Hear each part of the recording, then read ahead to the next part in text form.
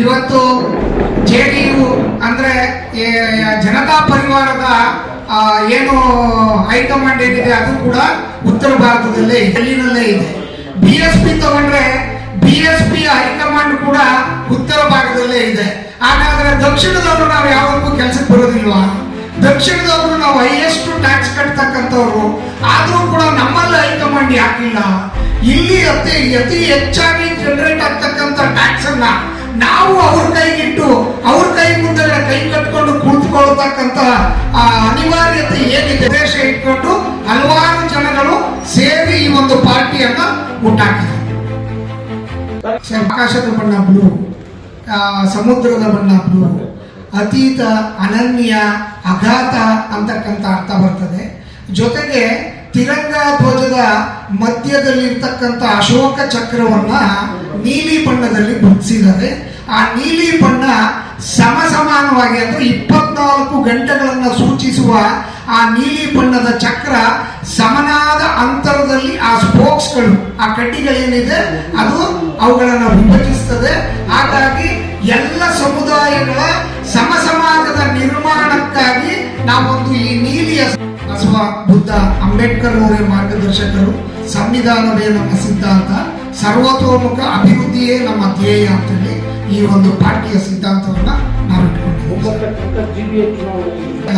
ಎಲ್ಲ ಎಲೆಕ್ಷನ್ಗಳಲ್ಲೂ ನಮ್ಮ ಅಭ್ಯರ್ಥಿಗಳನ್ನ ನಾವು ಕಣಕ್ಕಿಳಿಸಲಿಕ್ಕೆ ಸಿದ್ಧರಾಗಿದ್ದೀವಿ. ನಾವು ಆ ಎಜುಕೇಶನ್ ಅನ್ನ ಟೋಟಲ್ ಇಂಡಿಯಾದಲ್ಲಿ ಫ್ರೀ ಮಾಡಬೇಕು. ಅದು ಸೆಂಟ್ರಲ್ ಗೌರ್ಮೆಂಟ್ ನ ಅಧೀನಕ್ಕೆ ಹೋಗ್ಬೇಕು. ಆಸ್ಪತ್ರೆಗಳು ಸೆಂಟ್ರಲ್ ಗೌರ್ಮೆಂಟ್ ನ ಅಧೀನದಲ್ಲಿರಬೇಕು. ಯಾವುದೇ ಕಾರಣಕ್ಕೂ ರಾಜ್ಯ ಸರ್ಕಾರಗಳು ಅದರಲ್ಲಿ ಕೈಯಾಡಿಸಬಾರ್ದು. ಯಾಕಂತಂದ್ರೆ ಅದಕ್ಕೆ ಅಂತ ಹೇಳಿ ಕೇಂದ್ರದಿಂದ ಬಜೆಟ್ ಮೀಸಲಾಗಬೇಕು. ಇವತ್ತೇನು ಎಲ್ಲ ವಿದ್ಯಾಭ್ಯಾಸಗಳು ಖಾಸಗೀಕರಣ ಆಗ್ತಾ ಇದೆ, ಅದು ಸರ್ಕಾರೀಕರಣ ಆಗಬೇಕು. ಸರ್ಕಾರದ ಅಡಿಯಲ್ಲಿ ನಡೀಬೇಕು. ಬಾಡಿ ಏನಿದೆ ಅದರ ಸಪೋರ್ಟ್ ಇಂದಾಗಿ ಅವು ಇಷ್ಟು ಮಟ್ಟಿಗೆ ಬೆಳೆಯಲಿಕ್ಕೆ ಇವತ್ತು ಅವಕಾಶ ಆಗಿದೆ. ಆ ಒಂದು ಅವಕಾಶ ಕೆಲಸಗಳೇ ಇಲ್ವಾ ಸರ್? ರಾಜ್ಯಗಳಲ್ಲಿ ಒಂದೇ ಒಂದು ಕುಟುಂಬಕ್ಕೆ 8 ಸಾರಿ 9 ಸಾರಿ 10 ಸಾರಿ ಟಿಕೆಟ್ಗಳನ್ನು ನಾನು ಈ ಬ್ಲೂ ಇಂಡಿಯಾ ಪಾರ್ಟಿಯ ರಾಜ್ಯ ಉಪಾಧ್ಯಕ್ಷ ಆಗಿರ್ತೇನೆ. ಹಾಗೂ ಇವತ್ತು ನಮ್ಮ ಪಕ್ಷದ ಏನೊಂದು ಪ್ರೆಸ್ ಮೀಟ್ ಇಟ್ಕೊಂಡು ನಮ್ಮ ಡಾಕ್ಟರ್ BR ಅಂಬೇಡ್ಕರ್ ಅವರ ಮೂಲ ಸಿದ್ಧಾಂತ ಏನಿತ್ತು ಅಥವಾ ಮೂಲ ಸಂವಿಧಾನ ಏನಿತ್ತು ಅದರ ಒಂದು ಆಶಯದಲ್ಲಿ ಅದರ ಒಂದು ಅಡಿಯಲ್ಲಿ ನಾವು ಈ ಪಕ್ಷವನ್ನ ಮುನ್ನಡೆಸ್ಕೊಂಡು ಹೋಗ್ತೀವಿ ಅಂತ ಹೇಳಿ ನಾವು ಇವತ್ತು ಈ ಪತ್ರಿಕಾಗೋಷ್ಠಿಯಲ್ಲಿ ನಾವು ಹೇಳಲಿಕ್ಕೆ ಇಚ್ಛೆ ಪಡ್ತೇವೆ.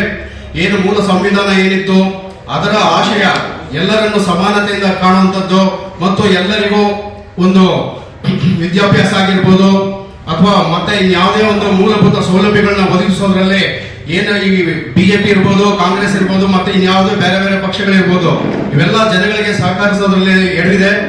ಆ ರೀತಿ ಆಗದೆ ಇನ್ನು ಮುಂದೆ ನಾವು ಮುನ್ನೆಚ್ಚರಿಕೆಯಿಂದ ಮೂಲ ಸಂವಿಧಾನ ಏನಿದೆ ಅದರ ಅಡಿಯಲ್ಲಿ ನಾವು ಪಕ್ಷವನ್ನು ಮುನ್ನಡೆಸಿಕೊಂಡು ನಮ್ಮ ರಾಜ್ಯದ ಜನತೆಗೆ ಸೇವೆ ಮಾಡ್ಲಿಕ್ಕೆ ಅಂತೇಳಿ ನಾವು ಈ ಪಕ್ಷವನ್ನ ನಾವು ತಂದಿರ್ತೇವೆ. ದಯವಿಟ್ಟು ಈ ಒಂದು ಪತ್ರಿಕಾಗೋಷ್ಠಿಯನ್ನ ತಾವುಗಳು ಮಾಧ್ಯಮ ಮಿತ್ರರು ಒಂದು ಜನಗಳ ಒಂದು ದೃಷ್ಟಿಯಲ್ಲಿ ಕಾಣಿಸ್ಕೊಳ್ಳುವಂತೆ ತಾವು ದಯವಿಟ್ಟು ಒಂದು ಪ್ರಚಾರ ಮಾಡ್ಬೇಕಂತ ಹೇಳಿ ನಾನು ಈ ಮೂಲಕ ತಮ್ಮಲ್ಲಿ ಕೇಳ್ಕೊತಾ ಇದ್ದೀನಿ. ಇನ್ನ ಮುಂದಿನ ನಮ್ಮ